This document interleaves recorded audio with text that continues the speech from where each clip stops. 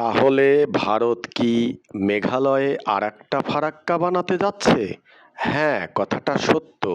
দর্শক, আপনারা জানেন ভারত থেকে যে সকল ছোট ছোট নদীগুলো মেঘালয় হয়ে বাংলাদেশের সিলেট সীমান্তে প্রবেশ করে বাংলাদেশের গভীরে, সেই সকল নদীগুলোর কি অবস্থা হবে বুঝতে পারেন?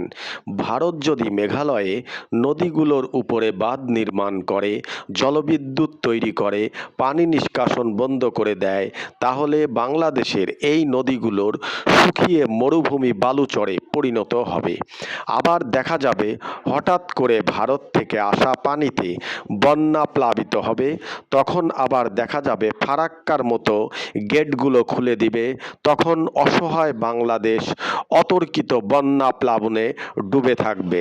মানুষের জান মাল, ফসলি জমি, আবাদি জমি, ঘর বাড়ি বন্যার পানিতে ভেসে যাবে।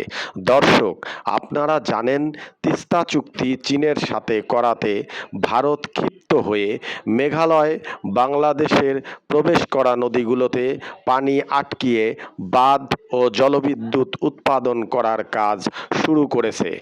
এখনই বাংলাদেশ সরকারের সময় আন্তর্জাতিক নদী আইনে ব্যবস্থা নেওয়া এবং আন্তর্জাতিক বিশ্বের সাথে কূটনীতিকের মাধ্যমে ওইগুলো তুলে ধরা এবং বাংলাদেশের মানুষকে মেঘালয়ে আরেকটা ফারাক্কা না হয় ভারতকে বাধ্য করা।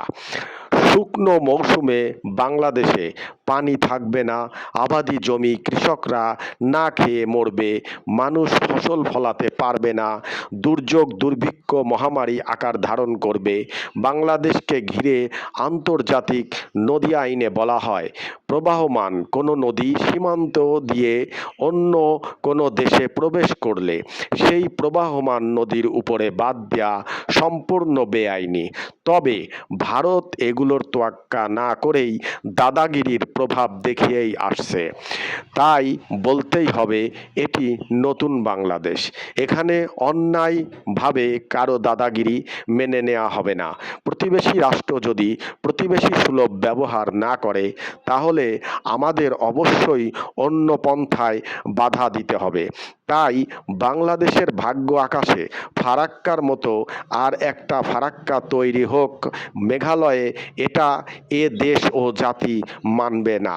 তাই আর দেরি না করে সরকারকে এখনই ব্যবস্থা নেওয়ার দরকার।